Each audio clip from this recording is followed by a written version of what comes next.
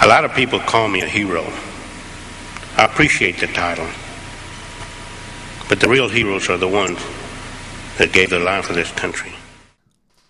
On February 24th, 1981, President Ronald Reagan presented Roy Benavidez with the Medal of Honor. Reagan turned to the press and said, "If the story of his heroism were a movie script, you would not believe it." And truer words may have never been spoken. On the morning of May 2nd, 1968, 12 Green Berets were inserted by helicopters into a dense jungle area of North Vietnam. Their mission was to gather intel on a large-scale enemy activity that was going on.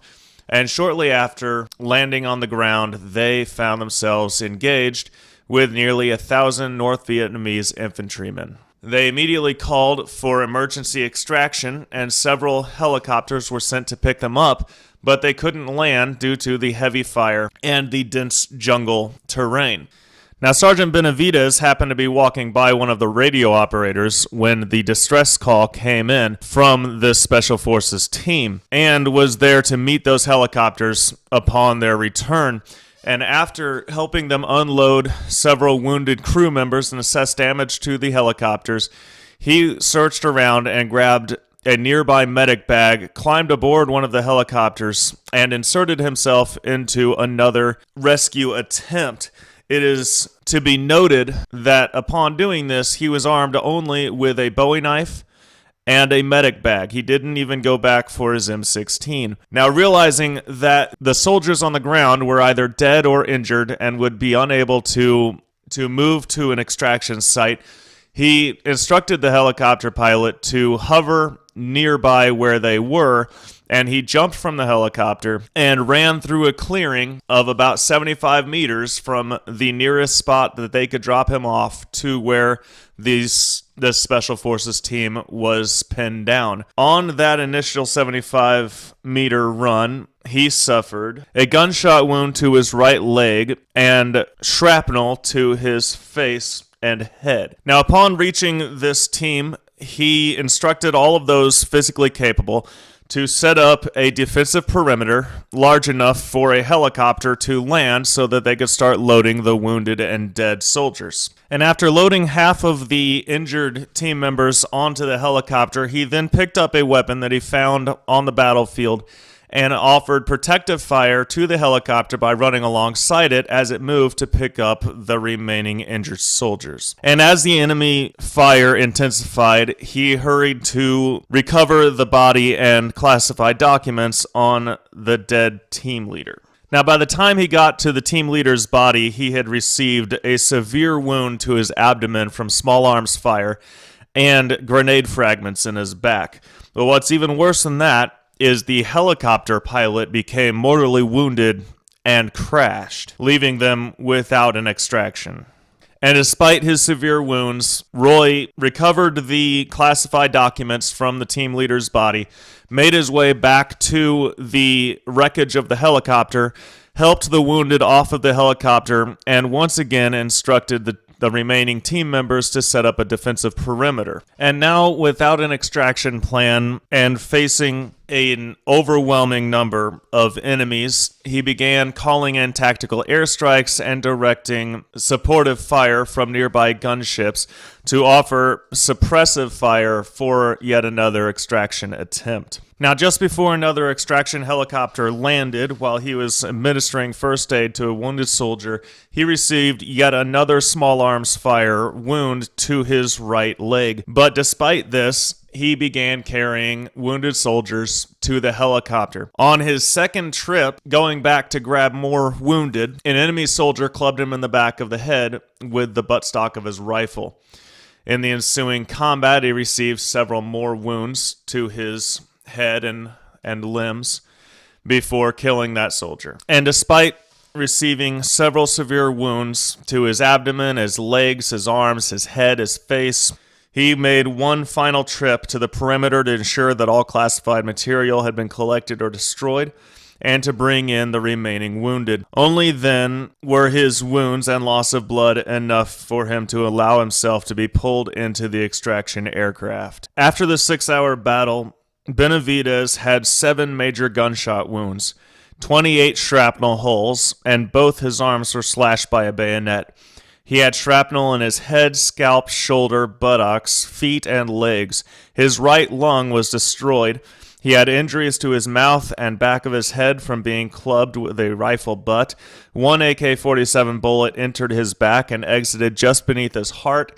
And in his own words, he was holding his intestines with his hand because he had been slashed open by an enemy bayonet. Upon arriving at the landing zone, they unloaded the people that had been loaded onto that helicopter. Among them were 8 soldiers who are only alive at this point because of Sergeant Benavidez, along with apparently at least three Vietnamese soldiers that were loaded by accident during the chaos. And Benavidez was so messed up that they put him into a body bag because they assumed that he was dead. He said that he was trying desperately to move to let them know he was alive, but he lacked the strength to do so. And as he heard the zipper being zipped up, he managed to muster the strength to spit blood in the face of the doctor to let him know that he was still alive.